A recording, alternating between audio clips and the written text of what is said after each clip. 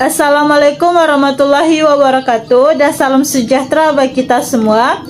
Baiklah, pada kali ini saya akan menyelesaikan tugas ketiga dari mata kuliah Anatomi dan Fisiologi Ternak dengan dosen pengampu Ibu Tati Vidianasari SPTMP.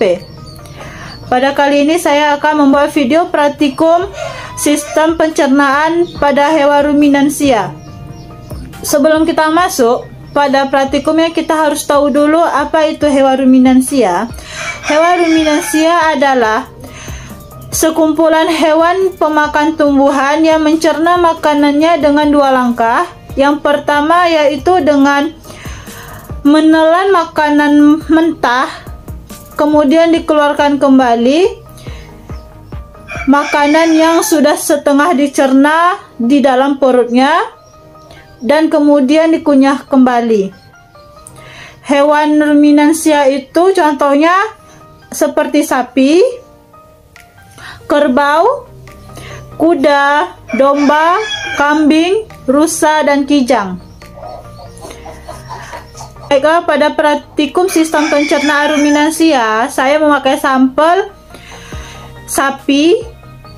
Sistematika pada sapi itu adalah Kingdom Animalia, Phylum Chordata, kelas Mammalia, Ordo Artiodactyla, famili Bovidae, genus Bos, spesies Bos sp. Organ yang ada pada sistem pencernaan ruminansia itu ada mulut atau cavum oris yang berfungsi untuk tempat mengunyah dan menghancurkan makanan, yang dibantu oleh saliva dan dentes. Dentes ini terdiri dari tiga. Yang pertama ada incisivus, kedua ada premolare, selanjutnya ada molare. Kemudian makanan yang sudah dihancurkan atau yang sudah dikunyah ditelan melalui esofagus. Organ pada esofagus ini berfungsi sebagai penghubung antara cavum oris dengan lambung. Fungsi esofagus ini yaitu melanjutkan makanan dari mulut menuju lambung. Lambung pada ruminansia ini terbagi empat, yaitu ada rumen, kemudian ada omasum, kemudian ada abomasum, dan terakhir ada retikulum. Sesudah dicerna makanan tersebut di lambung, kemudian dilanjutkan kemudian ada organ usus halus atau di intestino tenu ini terbagi tiga, yaitu duodenum, jejunum, dan ileum, yang dimana pada usus halus ini berfungsi menyerap sari-sari makanan yang telah diproses di lambung tersebut. Kemudian ada organ usus besar. Di usus besar ini adalah sebagai tempat absorpsi air. Kemudian ada rektum.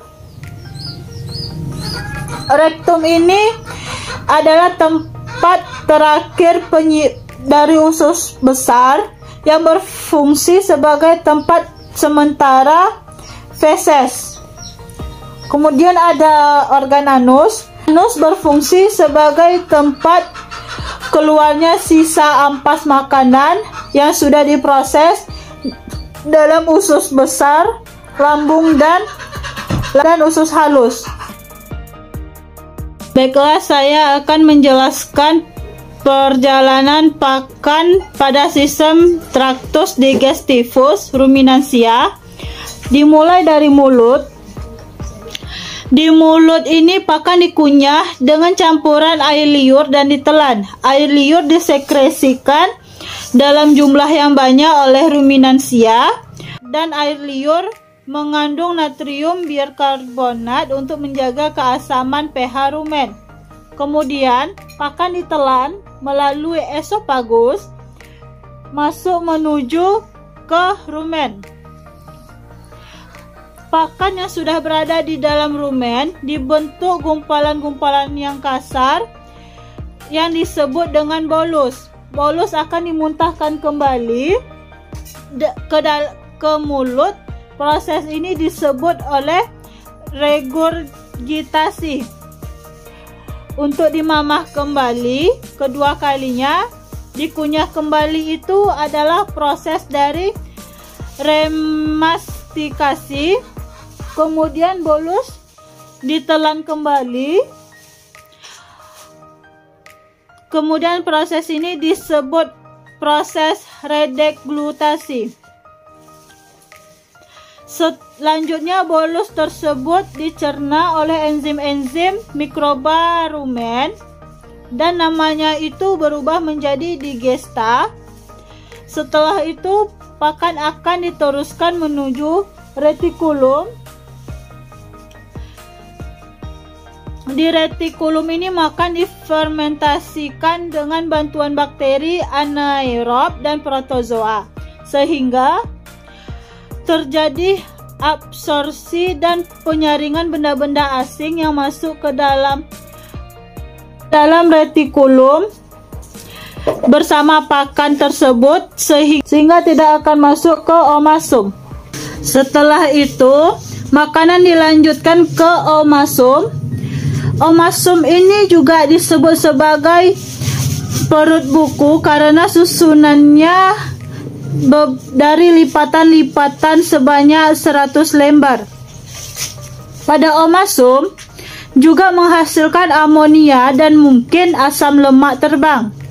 Setelah itu, makanan dilanjutkan ke abomasum.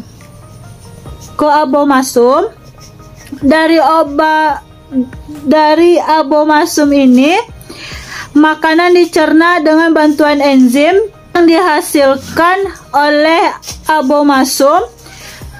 Kemudian makanan dicerna abomasum.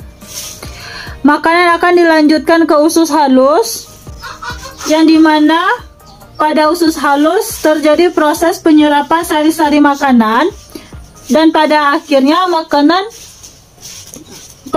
yang ada di intestino tenu ini dilanjutkan ke intestino crassum. Kemudian makanan akan dibuang melalui anus.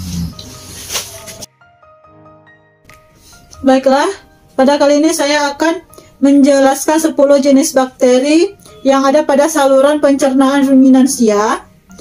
Yang pertama itu ada Bacteroides succinogenes atau bakteri pencerna selulosa, yang dimana fungsinya ini memecah selulosa dan mampu bertahan pada kondisi makanan yang mengandung serat kasar yang tinggi.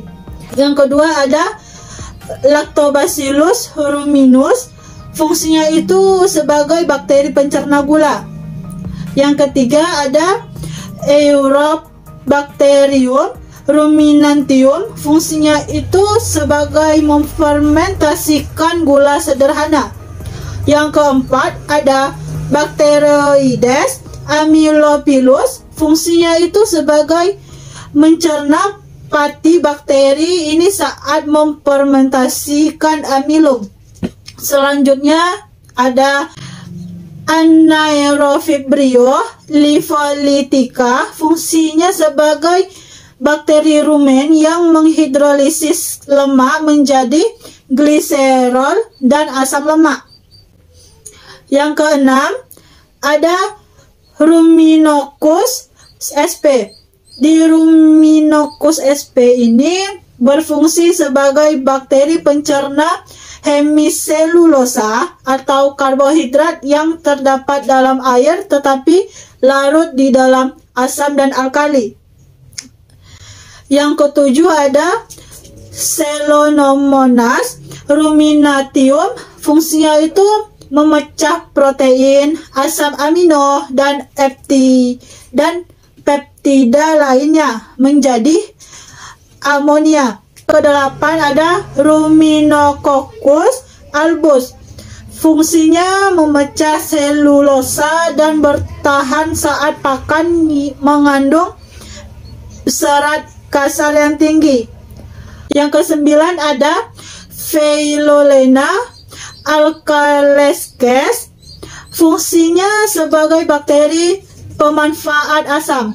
Yang ke-10 ada Clostridium lockheedi. Fungsinya memfermentasikan amilum. Baiklah, saya akan menjelaskan fungsi dari intestinum tenue, yang dimana intestinum tenue ini pada hewan ruminansia memiliki panjang 40 cm.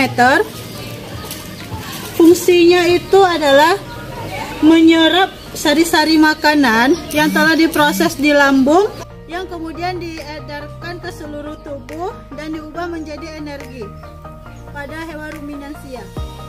Fungsi dari retikulum. Retikulum pada hewan ruminansia berbentuk sarang lebah, yang dimana fungsinya ini sebagai tempat penambahan enzim-enzim sehingga makanan berubah menjadi gumpalan-gumpalan kasar atau bolus.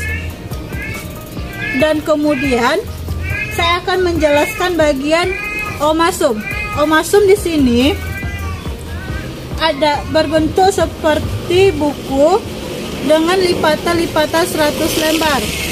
Kemudian omasum berfungsi untuk membantu penghalusan makanan secara kimiawi dengan menggunakan enzim, serta fungsinya itu juga dapat menyerap air, asam lemak tertentu dan natrium yang terkandung di dalam hijauan pakan ternak. Saya akan menjelaskan fungsi dari rumen.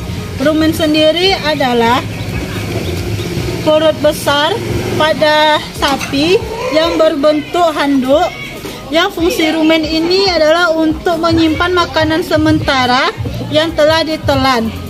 Kemudian saya akan menjelaskan fungsi dari abomasum. Abomasum sendiri berfungsi sebagai tempat terjadinya fermentasi selulosa dengan bantuan bakteri. Baiklah, sekian penjelasan retikum yang dapat saya sampaikan. Jika ada salah kata, saya mohon maaf. Saya akhiri dengan Assalamualaikum warahmatullahi wabarakatuh.